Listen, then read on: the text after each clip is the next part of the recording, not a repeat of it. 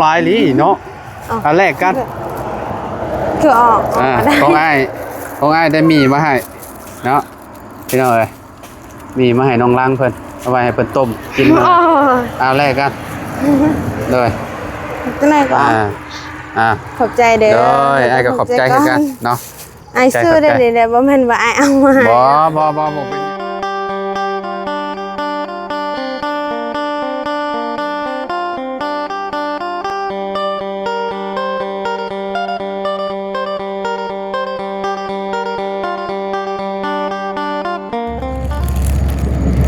มาพี่น้อยเนาะเปิดภาพมาบัดนี้เอากะมาทางเฮือนน้องลังเพิ่นเด้อพี่น้องเด้อเนาะก่อนอื่นก็สบายดีและสวัสดีเนาะเด้ทางน้องลังเพิ่นมาเลยพี่น้องเอ้ยต้องใส่มาเก็บหน่อไม้นะนี่เนาะโดยสบายดีเด้อน้องโดยเนาะเป็นไรหน่อไม้เฮาจืดแล้วบ่หน่อไม้อ้ายจืดแล้วเรียบร้อยเนาะจืดแล้วเนาะไปเก็บหน่อไม้ก่อนพี่น้อยเนาะโอ้ยังเหลือจักทงนี่เนาะเหลือทงเดียวเอาโก้พี่น้อยเนาะเมินขายใหม่บ่ทงเท่าไรนี่นะนี่บ่แม่นทง2,000แต่ว่าเขาไม่ได้จอดเลยเขาไม่ได้จอดซื้อทง20,000บ่ด้วยไปต้มอีกก็ได้เนาะต้มอีกไว้กินอีกเมื่อเนาะพี่น้องเอ้ยเพราะว่าถ้ามันข้างคืนแล้วย่านมันบ่แซ่บบ่น้องลางหรือว่าอะไรมันเป็นแบบไรเลยมันบ่แซ่บไปขึ้นไปเทิงพุ่นแหละพี่น้องเอ้ยเนาะแต่เฮาสิเอามันไปต้มคือเก่าไปต้มเมี่ยงพี่น้องเอ้ยเนาะต้มกินกับป่นอีกคือเก่าคือเดิมพี่น้องเอ้ยเนาะอันน่ะบาบุญบัดป่าเอาหน่อไม้อันฝากหน่อไม้ใส่รถหน่อยเด้อหน่อไม้น้องล้างเพิ่นต้มนี่บ่ต้มแล้วเจ้าบ่แม่นยังบัดดีเด้อโดยมันมืดในเด้อมืดอยู่ค่อยขึ้นไปหาน้องเพิ่นก่อนเนาะทางลุงนวดอยู่เทิงผู้แล้วเราลุงนวดลุงนวดยังบ่แล้วบ่เอาหน่อไม้ให้บาบุญเอาหน่อไม้เมื่อก่อนเอาหน่อไม้อันที่ว่าน้องล้างเพิ่นต้มนี่แหละให้หอยเนาะเลยอันนี้นี่จ้ะตัวนี้อันนั้นไม่แต่ขายยังบ่ตัวนี้ยังขายบ่ออกเนาะโดยสบายดีเด้อลุงเด้อมืดแท้ลุงเปิดแสงก่อนหน่อยนึงขออนุญาตได้พี่น้องเด้อเนาะโดยสบายดีอีกทีนึงเด้อลุงไม่ใช่น้องตัวสุกโป้หลายลีเนาะอันแรกกันคือออกของอ้ายได้มีมาให้เนาะพี่น้องเอ้ยมีมาให้น้องล้างเพิ่นเอาไว้ให้เพิ่นต้มกินเอาแรกกันเลยก็ไหนก่อนขอบใจเด้อไอ้ก็ขอบใจกันเนาะไอ้ซื้อได้เด้อบ่แม่นว่าไอ้เอามาให้บ่เป็นยังเนาะสบายดีเด้อลุงเด้อโอ้โตพี่น้องเอ้ยคุณน่ะนักเลยพี่น้องเอ้ยหอมปุ๊บเดี๋ยวให้บาบุญก็เด้อโดยพี่น้องเอ้ยเนาะมาพี่น้องเอ้ยเนาะให้บาบุญบ้านป่าเพิ่นเอาเมื่อและพี่น้อยเนาะให้เพิ่นเอาเมื่อเมียนกินเนาะลุงเนาะเห็ดน้ำจิ้มที่ว่าเฮาเว้าน้ำจิ้มยังจิ้มกะปิน้ำจิ้มกะปินี่สุดยอดแล้วพี่น้อยแซ่บคักปัญญาเนาะน้องล้างนี่คือสิบ่คือดอกขอเนาะบ่เคยกินดอกขอเนาะเคยกินอยู่บ่น้ำจิ้มกะปิน่ะพี่น้อยเนาะกระทะยังบ่จักว่าหน้าตาเป็นได้ไหนเนาะโอ้โหว้าวแท้บ่น้องแท้แหละบ่เคยเลยบ่ก็บ่เคยเลยนะเนาะเป็นสิโตอยากลองอยู่บ่แบบว่าอยากกินอยู่บ่หมูจุ่มหมูหยังนี่อยากกินอยู่อยากลองอยู่เนาะด้วยมันสิมีขายอยู่ในห้างมันพี่น้องอยู่บ้านดงนี่ก็มีเนาะลุงเนาะมีอยู่พี่น้องชิ้นดาดเนาะบ้านเฮาห้องเพราะว่าสิข้างหม้อแล้วก็เอาชิ้นวางเช่นในเทิงแล้วให้มันสุกมันก็แซ่บเท่านั้นแล้วแต่ห้านดอกเนาะแม่นแล้วแต่ห้านถ้าห้านเฮ็ดแซ่บก็แซ่บพี่น้องเอ้ยเนาะข่อยชวนไปกินอยู่ห้านมีผู้ใหญ่ทั้งข่อยเล่าว่าถ้าว่าน้องเพิ่นอยากไปกินน่ะก็บอกให้เด้อแล้วว่าโอ้คักแล้วซะน้องเพิ่นว่าย่านว่าซั่นนะย่านย่านเป็นย่านหาคนท่วงลุงก็อันนี้มาให้เพิ่นแหละจักสุด1ลองเบิ่งแบบว่าให้น้องเพิ่นมากินอยู่เฮือนน่ะนะกินกับครอบครัวน่ะ ครั้งแรกที่น้องลังกินสิ้นดาดหรือหมูกระทะเนาะพี่น้องเอ้ย ไปที่หาเนี่ยมาเห็ดก่อนอาจารย์เด้อหาเนี่ยมาเห็ดก่อนแป๊บนึง โดยอ่ะเนาะกินข้าวแล้วปะ กินแล้ว ยังหมดกินแล้วเนาะ โดย ได้ยังกิน โอ้ลืมแล้ว ฮะ ลืมแล้ว ลืมแล้วนี่พยายามท่านได้กินข้าวลืมแล้วเมื่อกี้เขาก็กินน้ำใหม่ เด้อ ที่หลอดไฟอาจารย์เนี่ย เด้อ มีหลอดไฟเพื่อนหลอดเพื่อนคนมีหลอดไฟอันเดียวนะ โอ้คักแล้วลุงเนาะให้แสงสว่างเพิ่นเนาะถือว่าคักแล้ว ลองเบิ่งใส่ลองเบิ่งนะ เด้อ ลุงหลอดที่เอาอันนั้นไปกว้างก่อนคือไปกว้างแหละ ต่อไฟให้เพิ่นเนาะลุงเนาะให้แบบว่าให้แจ้งพี่น้องเนาะเวลากลางค่ำกลางคืนแล้วจังสิได้เห็นหุงพี่น้องเนาะลุงหนวดเพิ่นซื้อมาให้หลอดนึงเนาะแม่ไปใช้ซะน้อง ไปบ้านโมนั่นไปลินบ้านโม ปลินเทินโม โดย อ๋อโดยเนาะลุงหนวดนี่คักได้พี่น้องเนาะบ่ว่าสิเป็นเทือนน้องใจดุงใจดีเนาะลุงจัดให้แสงสว่างให้บ่เลยพี่น้องเนาะใส่ต่ออยู่ใส่ มันจะประกอบนี้นะก่อนไปใส่กันอย่างนี้นะอาจารย์นะเย็นเนาะ ประกอบไปเดียวบ่ให้มันหุ่งเนาะดีกว่าแบบอยู่มืดพี่น้องเอ้ยเนาะหลอดเดียวนะมันก็เลยนี่กะเป็นเงินส่วนตัวของดอกซื้อแต่ว่าเห็นว่ามันมืดนะพี่น้องเลยอยากมันมีความแสงสว่างให้มีแสงสว่างเนาะข้างบ่มันน้องล่างข้างแล้วเนาะต้องเอาก็ได้แสงสว่างนะ มีหลอดไฟเลยข้างแล้วว่ะ ข้างอยู่ เอาปักขึ้นเทิงคือแหละไปน้องล่างขึ้นเทิงปุ๊ขึ้นไปเทิงเฮือนปุ๊แหละเนาะพี่น้องมาขึ้นนั่งอยู่นำกันอยู่เทิงปุ๊แหละเห็นตัวเว้นนะมื้อนี้คือสิบ่ได้ไปทางใดทางน้องล่างเพิ่นก็ได้เนาะหยุดเฮ็ดจะมีบ่เฮ็ดงานบ่แม่นเฮ็ดงานพักผ่อนมีบ่มีดมาปาดอันนี้เนาะจะว่าอะไรมื้อเฮาต้องสักข้อหนูเก่งได้หนูบ่คืออันน่ะได้ตัดมาอย่างได้สิว่านี่นะมันกัดสายไฟนี่ยอมหับเลยลุงเอ้ยแบบว่าเก่งอะไรหนูนี่เพื่อนไว้แล้วใหญ่เลยขึ้นว่าพี่ดอกยิงหนูล่ะ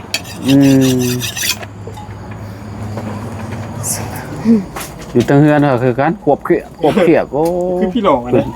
แบบว่าอันนั้นนะให้ลุงนะน้องปาดเป็นดีป่ะเคยปาดดีป่ะปั่นปาดไฟด้านซ้ายโอ้ยบ่เคยไปป่ะบ่เคย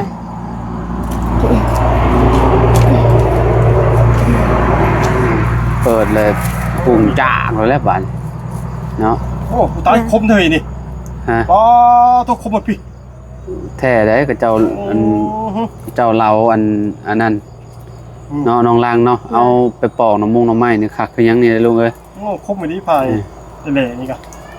โอ้นี่แหละกับเจ้าว่าเอียงผ้าขี้เมียงแต่อันคือเจ้าเอียงจะประมาทผ้าขี้เมียงบ่ประมาทผ้าขี้เมียงบ่ได้ได้เห็นบ่อันหนังอีหยังอันที่ว่าหนังเหนียวนะโอ้เจอผ้าขี้เมียงเรียบร้อยแล้วเจ้ายังยิงกับบ่เข้าบ่ยังยิงกับบ่เข้าแก้กันเนาะยังกับบ่เข้ายังบ่เข้ามันต้องอันเอาแนวที่ว่าเข้าขี้เมียง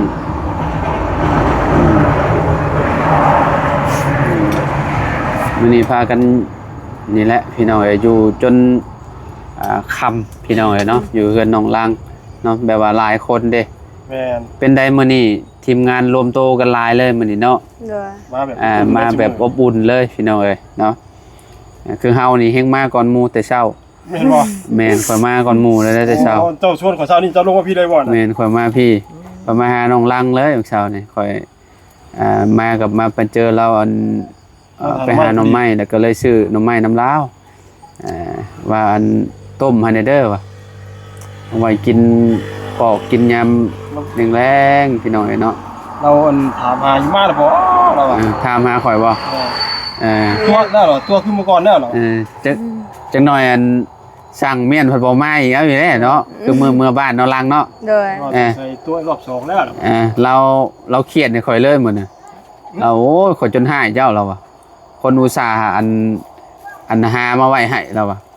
มื้อนี้บ่พลาดมื้อนี้พี่น้องเอ้ยเนาะมาแล้วมาค่ำเนี่ยแต่ก็มาหั่นนะซ่าก็ดีกว่าแล้วไว้บ่รู้มาช้าดีกว่าบ่มานะ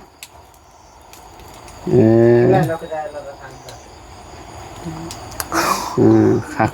กต่อเฮือนไผเสาไผน่ะบ่ลังเฮือนไผอันเฮือนเจ้าต่อมาจากเฮือนไผยินว่าจันว่าเพิ่นให้ใช้นี่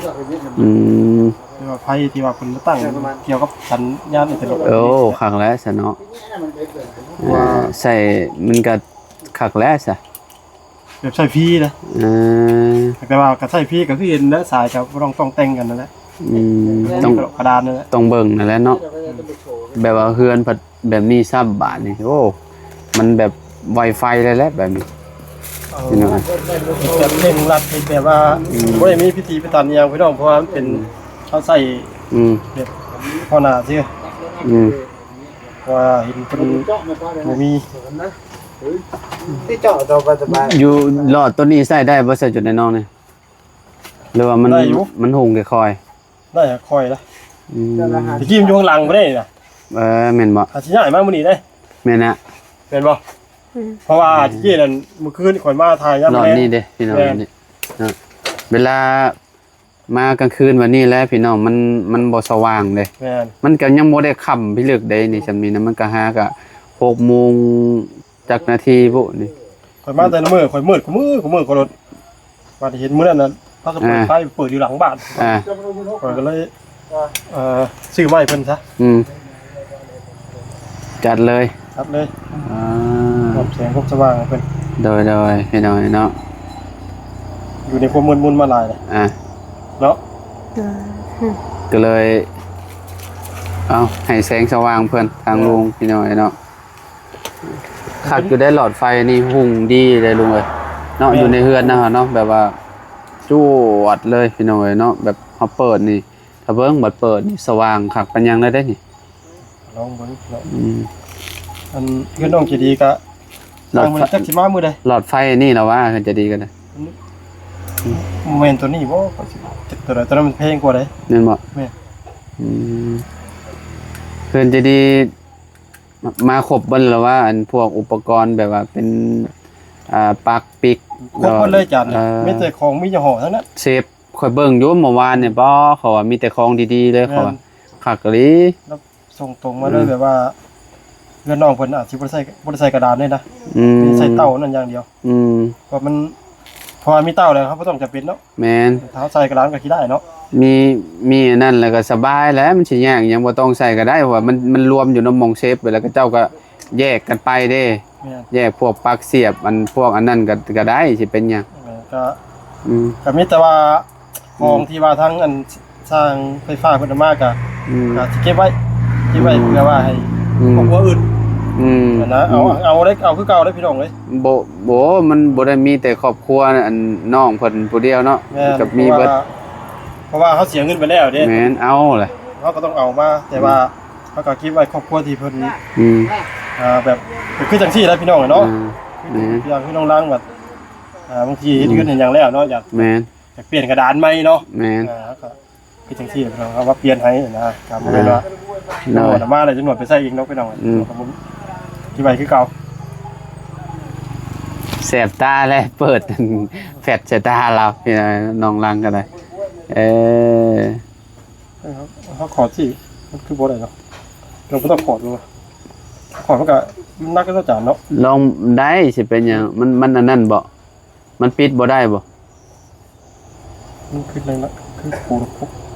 เอามุมนี้มันต้องเอาสายไฟออกมาบ่ลุงสายไฟมันอยู่ไหนบ่อันนั้นน่ะแม่มันโปโลโกกอยู่บ่ปิดบ่ได้บ่กันไว้ว่าใหม่มันอันนั้นเด้กันมันผ่านนักอยู่ไหน ได้บ่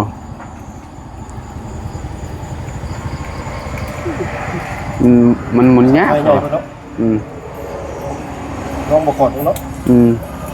บ่พอนักหรอวะเนาะ บ่ขอดบ่เป็นหยังมันได้อยู่บ่นักดอกได้อยู่มาดิ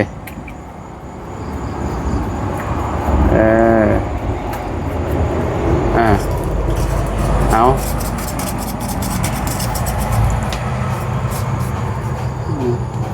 ไปใหญ่เลยไหมผ่าคุมเนาะ เอาลองเบิ่งบาน